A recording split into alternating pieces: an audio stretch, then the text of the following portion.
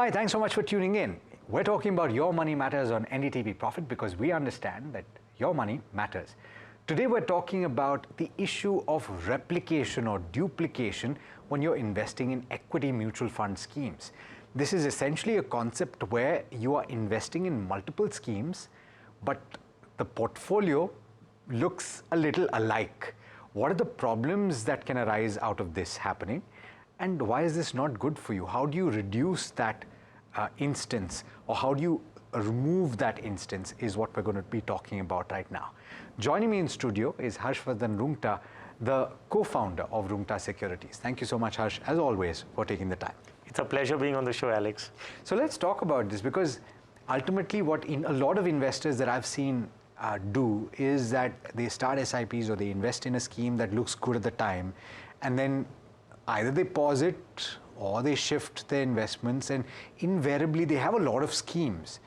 And there is this issue of duplication. First, explain what duplication or replication is and why is it a bad thing? So, Alex, invariably, if you look at investors, over a period of time, will keep accumulating certain schemes which they, which they listen to from their friends, or they look at past performance, and these performances are going to be cyclical. So at one point in time, a particular scheme will be on the top of the charts. Probably 2 years later, you'll find something else, some other scheme being on the top of the charts. So what an investor does is just keeps accumulating new and new schemes without realizing that most of them would possibly be doing the same thing. Well, you could have been in a better position to just have probably one scheme in a large cap, one in a mid cap, one in a small cap, and that should be good enough. But you would see people having like 2 schemes of large cap, then they'll have multiple schemes in mid caps, etc. Or a flexi cap. Absolutely. So, see, the idea is there is one data point which probably your advisor would have, your mutual fund distributor will have, or somebody will have that data which you can have access to, is a portfolio overlap ratio. So there are tools which help you compare 2 schemes and help you understand that if you're buying 2 different schemes, what are the number of common stocks that you have? What is the percentage of portfolio overlap? Now, if I may give you an example, we did just some bit of comparison in different categories. So if I just take a large cap category and I pick top 2 schemes by AUM, okay? The largest amount of AUM that the 2 schemes manage. So one is an ICICI Pru Blue Chip Fund and SBI Blue Chip Fund. Right. If I just run a portfolio overlap, to understand what is the commonality between the 2, you'll find the percentage portfolio overlap. Okay, in terms of assets under management. In terms of AUM and in terms of the companies that they invested into, all that. So the percentage portfolio overlap in the large cap category between the 2 biggest schemes is 50%. 50%? That's right. So if you were an investor putting your money in ICICI Pru Blue Chip Fund and SBI Blue Chip Fund, your portfolio at the end of it will be similar to the extent of 50%. The number of common stocks that is there, like both of the schemes are holding the same companies, is 24, which is approximately 60% of the companies that you're investing into through both these different schemes is the same. So are you really, what is it that you're really making, achieving by having 2 different schemes in the same category? So a question here. So we've talked about 2 large cap schemes. Does this occur in the broader market schemes as well? Because one would assume with the universe being larger, the instances of that happening should be less? So I'll give you 2 points, okay, on this. So one is, of course, we spoke about large caps. So we have a similar, data point for mid cap and similar data point for small caps. Yeah. So obviously, large caps being 100 companies, the overlap will be larger, will be higher. Yeah, high. And in a mid cap, because there are 150 stocks that come by definition of a mid cap, so the instance is a little lower.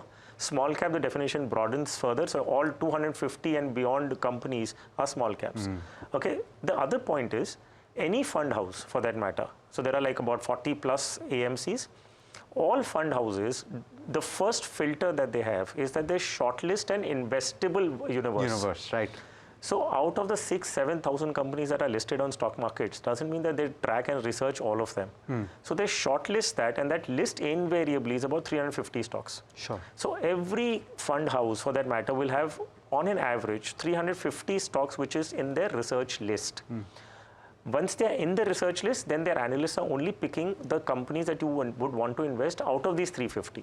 Based on whatever parameter they decide takes precedence. Is it growth at at an attractive valuation? Correct. Or is it value, or Correct. is it something else? So they will have certain basic parameters on basis on which they've already shortlisted about 350 companies.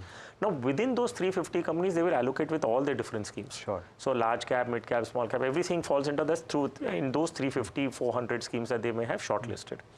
Now coming back to our data points that we were talking about, the large cap, I said the portfolio overlap, percentage overlap is 50% and the common stocks is 60%. Now if I look at the mid cap, two large schemes of in the mid cap, HDFC mid cap opportunities and Kotak emerging equities. These are the largest AUMs in the mid cap space. The percentage portfolio overlap is 25%. Okay. Against a 50% in large cap. As I said, the universe of investing is 150 companies now. Yeah. Now the percentage of the number of common stocks is 40%. Oh, okay. So while the large cap had 60% common stocks, here the ratio comes down to 40%. In the small cap category, I mean the percentage portfolio overlap goes down further to 15%. And the number of common stocks is 16%. Right. So but here you've looked at Nippon small cap and the HDFC small cap. Sure. Again, just picked up the two largest schemes in the AUM, small cap in terms of AUM.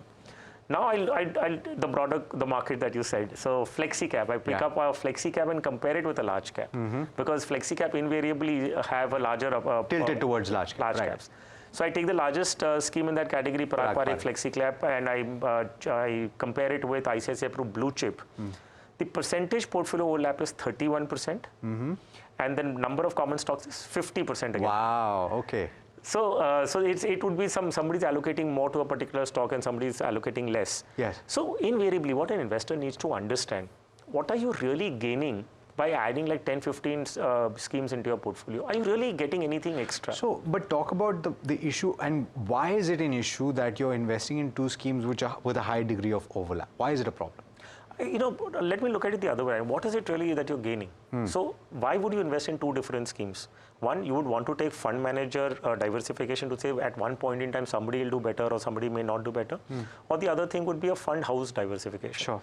You say, I don't want to put everything in one fund house. So I don't think these arguments are really, overweighing the disadvantages that you will have by having so many schemes in your portfolio. So you really need to see what you're doing.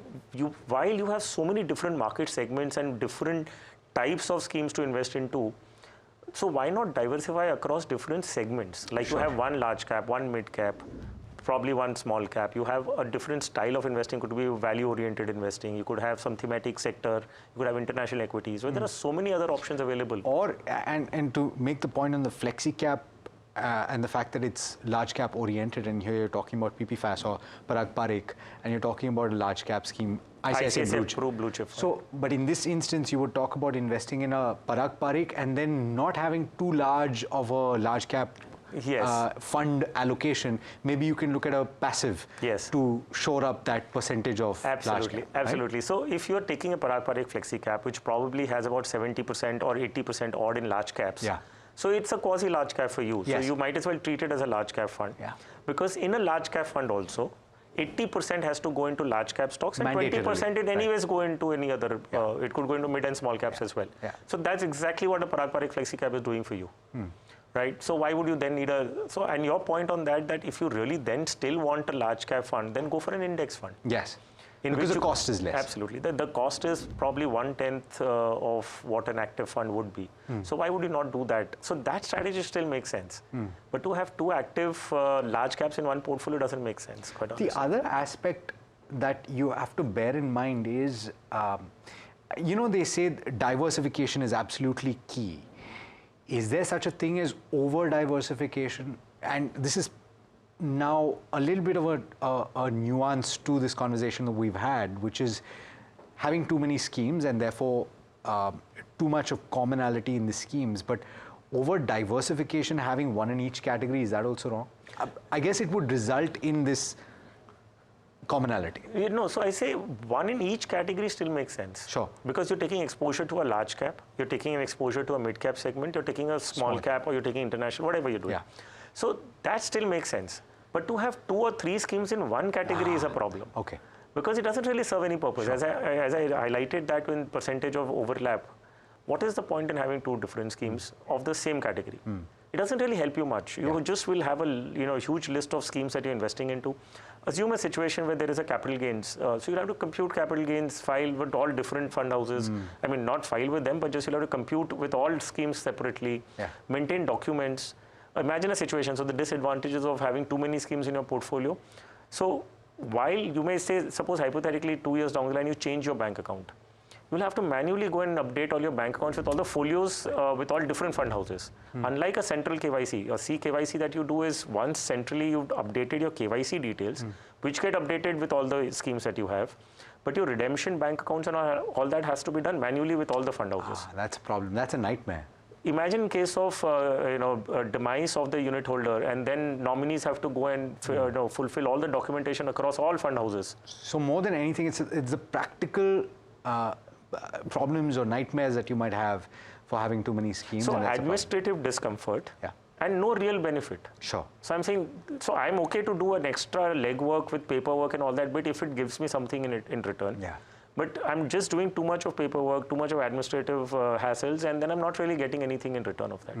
The other aspect is in large cap funds, and to a certain extent in a couple of others, but mostly large cap actively managed schemes, is the issue of index hugging. Yes. And effectively what they're trying to do is protect the downside and to say that, okay, I'm not underperforming the benchmark in a big way, which has been an accusation that a lot of large cap fund managers have had to contend with. But at the same time, what are they offering you beyond just investing in the index? And they've not. So how do you pay attention to that? You obviously look at the fact sheet and look at what percentages are there, and if there is a substantial commonality, then you shouldn't be investing in the scheme. So I'll tell you, I don't really blame the fund managers for this, because what do investors and what do anybody judging a performance doing? I mean, we're looking at benchmark, and you're saying that you haven't been able to beat the benchmark. If the markets have fallen, you've fallen more than the benchmark. That's a problem. So that is the reason they want to be along with the benchmark. I don't really blame them, because that's what the industry or the market is asking them to do. You give the liberty to a fund manager to say that, okay, look, we don't bother about what you do, but why don't you take some divergent view, and why are you sticking only to the 30 Sensex stocks or the 50 Nifty? I mean, why don't you just do what you feel like doing? So, but to that point, Harsh, large cap fund managers, if I look at 2024, and of course, the picture's changed entirely in 2025, but if you looked at it towards the end of 2024, a lot of large cap fund managers actually managed to beat the benchmark because they utilized that 20% window that they had, or that threshold that they had to invest in the broader markets, and they got that alpha. So there are people that said, okay, we're not going to go index hugging. No. So index hugging would be that they would have stocks which are replicated, which are forming a part of the index, but their percentage allocation would be different. Okay.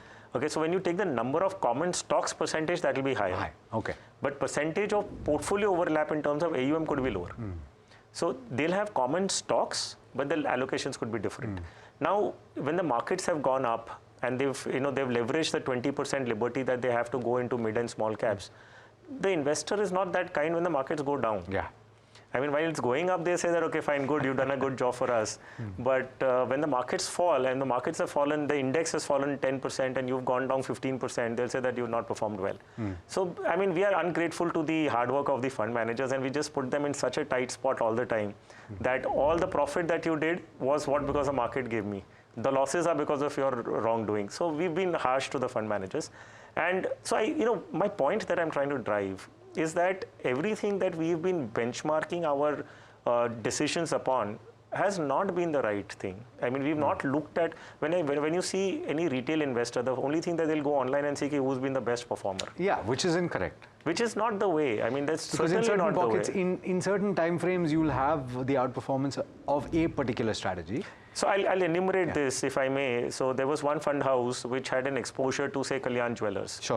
Okay, they had a heavy exposure to Kalyan Jewellers. When Kalyan Jewellers kept doing very well, they were on the top of the charts everywhere.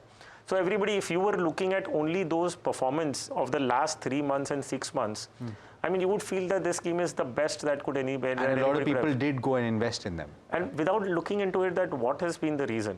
Right. So and some fund managers just could be lucky. I mean, they've just invested into one particular company to the extent of, say, 5%. It's taken off. And it's just taken off that point in time.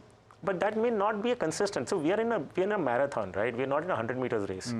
So 100 meters race, you will have spurts where somebody will do very well, But if that's my time horizon, no. It's been insightful, educative as always. Thank you so much. My pleasure.